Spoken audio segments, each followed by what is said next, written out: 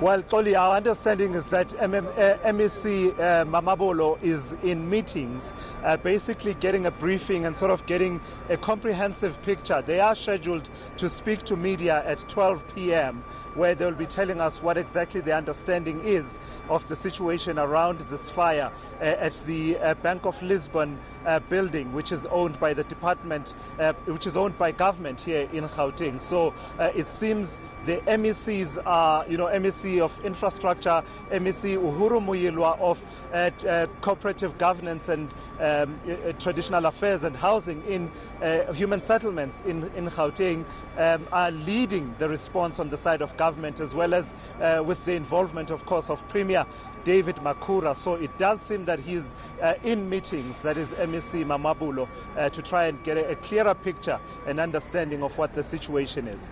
Thulas, you had a conversation with the MEC. I want to stick with him for the time being. And when you put the question to him, how are you a caring government when you could send people to a building that clearly has been declared as uninhabitable? What was his response to that?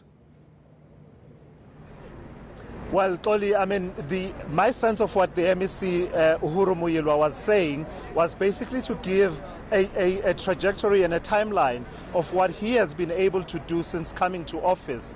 He says basically one of the first things he asked, one of the first things he observed upon taking office was really the observation that this building was not suitable for people to be working in, and has since put in place and set in motion a process that has led to some of the workers being evacuated from this building, and also a process to try and ensure that they procure alternative space for people to be able to work from, people who work for these three government departments that were being housed at this Bank of Lisbon building. I mean, you'll know only from MEC Mamabolo of Infrastructure Development yesterday. He did indicate that this building was only 21% compliant with health and safety measures. You will know from the work done by our colleagues Lindelo Masikane just a week ago about the state of this building, that everyone could see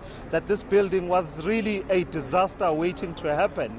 And MEC Mamabolo telling us that there are 7 other buildings that have been found by their report to not be in a suitable state for occupation by government workers. Yet, day in and day out, people were expected to report for duty at this particular building. Whatever the reason, whatever the cause of the fire, it was really a disaster waiting to happen, this particular building. And so the MEC says his office is also here, and he says every time he would come in every morning, it would be for him to follow up with officials to say how far with the process of procuring space and ensuring that people are moved from this particular building. It's ironic, Toli, if you look into the track record and history of government at a national level, the Department of Public Works, but at provincial level, that function falls with infrastructure development. The number of buildings that government pays rates and taxes for, pays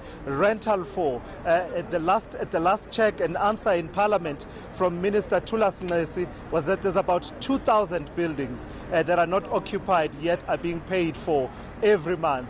It begs the question, couldn't these workers be found alternative accommodation without being bogged down in the red tape and bureaucracy of government? I suppose these are all questions that, for me personally, I was burning to ask of the government officials here in Gauteng.